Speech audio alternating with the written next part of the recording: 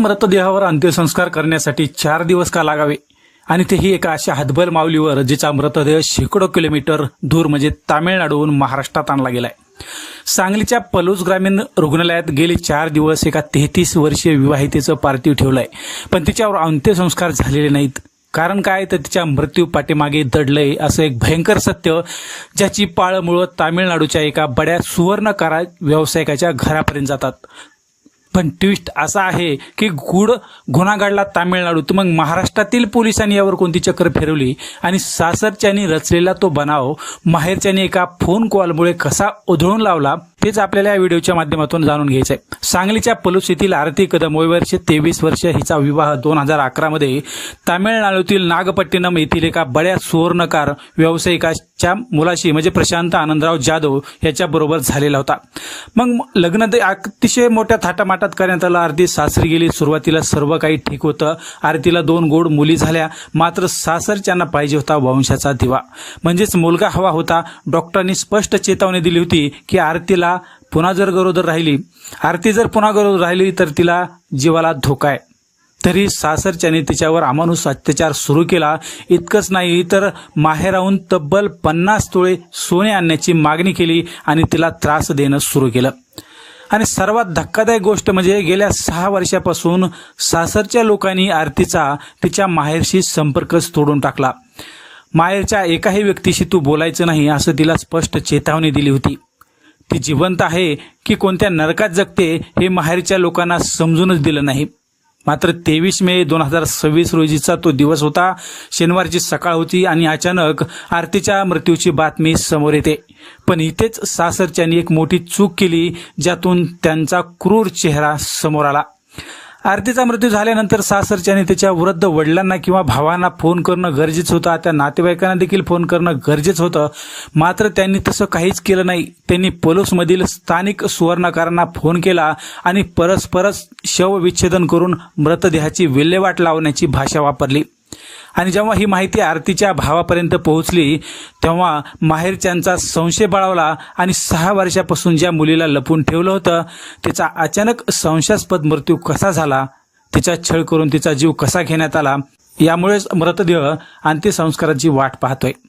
मात्र आरतीच्या घरच्यांनी ज्या पद्धतीने आरोप केलं तेच आपण यामध्ये जाणून घेणार आहोत। नेमकं आरतीच्या घरचे लोक काय म्हणाले ते आपण जाणून घेऊ। नंदाच्या नवऱ्यानं, नंदाच्या पोरग्यानं, पोरगीनं माझ्या लेकीला मारले किंवा तिने न्याय दिला पाहिजे। मला माझ्या पोरगीला न्याय मिळाला पाहिजे। पैसे देऊन सगळं विकत तिनं घेतलंय सगळं।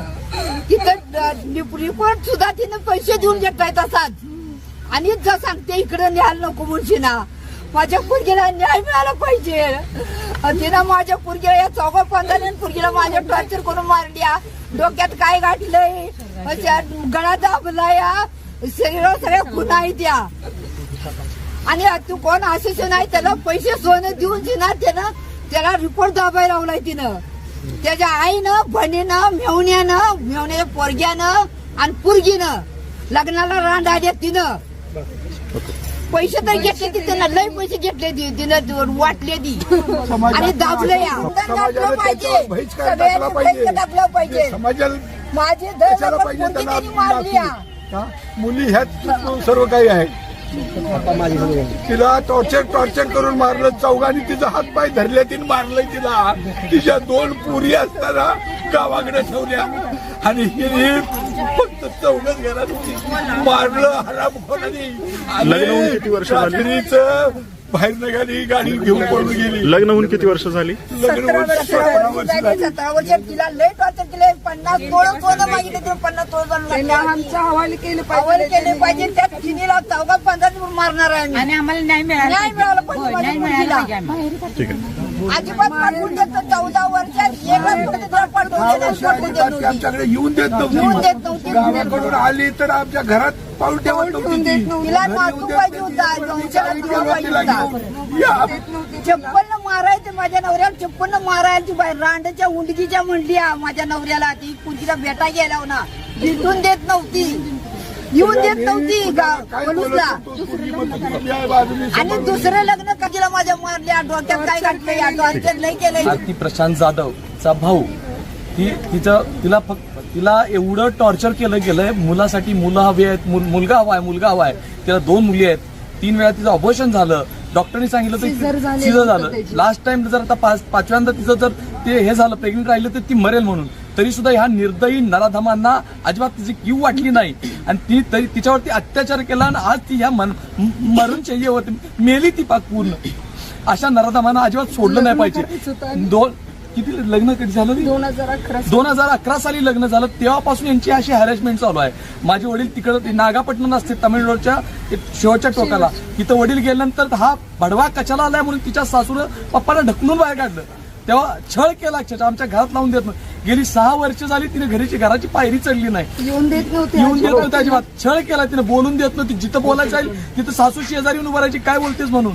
अशा नराधमांना सोडलं नाही पाहिजे. शिक्षा ही झालीच पाहिजे. कोणत्याही परिस्थितीत सोडला नाही. नवरा सासू आणि एक त्यांच्या घरी तिची ननंद मामाला दिलेले ती एकत्र राहतात. ह्या ननंद तिची सासू, तो मामा, त्याचं पोरग, त्याची पोरगी, ह्या सगळ्यांनी मिळून तिचा जीव घेतलाय. हे झाल्यानंतर तो मामा तिथून बाहेर पडलाय. तो सांगतोय की मी नव्हतो त्यात, पण ह्यांनी सगळ्यांनी मिळून तिचा जीव घेतलाय. हे कधी झालं आणि तुम्हाला कधी कळालं? हे झालं सर्वसाधारण शनिवारी सकाळी आम्हाला समजलं. पण त्यांचं म्हणणं आहे की हे आदल्या रात्री झालंय.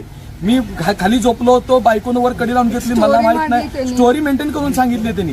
दुसऱ्या दिवशी सकाळी मी गेलो. दरवाजा उघडला नाही. बॅटनं दरवाजा उघडला आणि नंतर बघितलं तरी खाली पडली. पण हे कुठंही आम्हाला ते पटतच नाहीये पूर्णपणे. यांनी मला कॉल अजिबात केला नाही. यांच्यात किरायचे तिथल्या याच्या स्वर्णकार संघटनेच्या अध्यक्षांनी मला 4 वेळा सांगितलं तुम्ही इकडे येताय का आम्ही तिकडे विल्हेवाट लावू. आणि त्यांचं नाव अनिल पाटील आणि प्रवीण पाटील हा त्यांच्यात सामील झाला. हा सर्वात 6वा गुन्हेगार आहे. त्याला सुद्धा अद्दल घडली पाहिजे. मला सांगतोय तो की फोन करून की तुम्ही इकडे येताय का, तिचं PM करून तिकडच्या तिकडे तिची विल्हेवाट लावू. प्रवीण पाटील त्याचं पूर्ण नाव माहिती नाही. तो शिरगावचा आहे तो. आणि तोही तो 6वा आरोपी आहे. त्यानंही आम्हाला तिथं आल्यानंतर अजिबात कुठल्याही प्रकारचं त्यात त्यांनी सहकार्य केलं नाही. तिथं अक्षरशः आम्ही बाहेर उभारलो होतो. यांनी सगळं मॅनेज केलंय. आणि आम्हाला न्याय एक फोन तिच्या जवळ नाही. आम्हाला न्याय हा मिळालाच पाहिजे आहे. आणि त्यासाठी तुम्ही त्यांना किती सोनं घातलं होतं म्हणलं? आम्ही लग्नात तिला 20 तोळे घातलं. पुन्हा 30 आणि आता पुन्हा आणखी त्यांची 50ची मागणी होती. त्यातले 30 दिले. 20 अजून द्यायचे राहिले. तर त्यासाठी सगळे एवढे हॅरेसमेंट आणि मुलासाठी हुंडा आणि मुलगा या दोन्ही याच्यासाठी झाले. देखील थॉट्स आपल्या सोसायटीमध्ये आजही आहेत. आणि हे इतके एक्सटेंडला वाढलेत की डेथ होत आहे. ते लिटरली लोकांना कळत नाहीये की मुलगा हवाय ह्याच्यासाठी इतके वेडे झालेत की ह्या हद्दपर्यंत जाऊ शकतात. पॅट्रियार्कल ह्याच्यासाठी हे किती हे करू शकतात. हे आत्ताचं नाहीये. जेव्हापासून तिला 2 मुली आहेत, जेव्हापासून तिची फर्स्ट मुलगी झाली तेव्हापासून तिला टॉर्चर चालू केलं. हे सगळं हे आत्ताचं नाहीये की मुलगा हवाय मी दुसरं लग्न करणार हे करणार. तिला तेव्हापासून हरासमेंट करतात. हे सगळं चुकीचं आहे. स्टील जर तुम्ही सगळ्यांनी आम्हाला हेल्प केलं नाही ह्या सगळ्यामध्ये, हिला जर जस्टिस मिळलं नाही तर खूप अवघड आहे ह्या सोसायटीचं. कारण जर आज पण आपल्या सोसायटीमध्ये असे थॉट्स असतील तर आय डोंट नो काय होणार. या प्रकरणी आरोपी म्हणून प्रशांत आनंदराव जाधव, रूपा आनंदराव जाधव, संध्या प्रकाश साळुंखे, प्रकाश ज्योतिराम साळुंखे, प्रतीक प्रकाश साळुंखे आणि शेजल प्रकाश साळुंखे यांच्या विरोधात गुन्हा दाखल करण्यात आलाय. या प्रकरणी पोलीस ठाण्यात गुन्हा दाखल करण्यात आला असून सदर गुन्हा 26 मे 2026 रोजी नोंद करण्यात आलाय.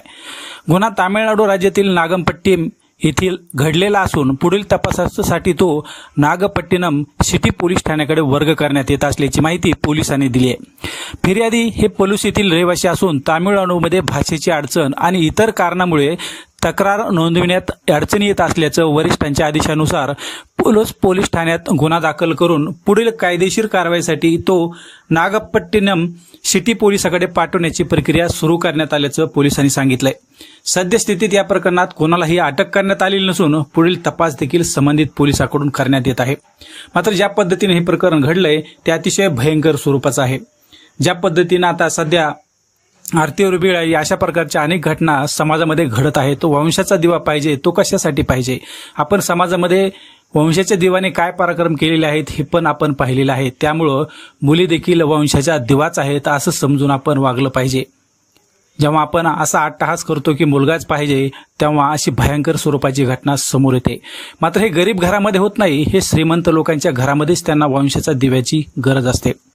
ज्या पद्धतीने ही घटना घडली ही अतिशय भयंकर स्वरूपाची आहे. यामधील आरोपीला कठोरात कठोर शिक्षा व्हायला पाहिजे, अशी देखील मागणी सध्या समाज माध्यमांमध्ये होत आहे.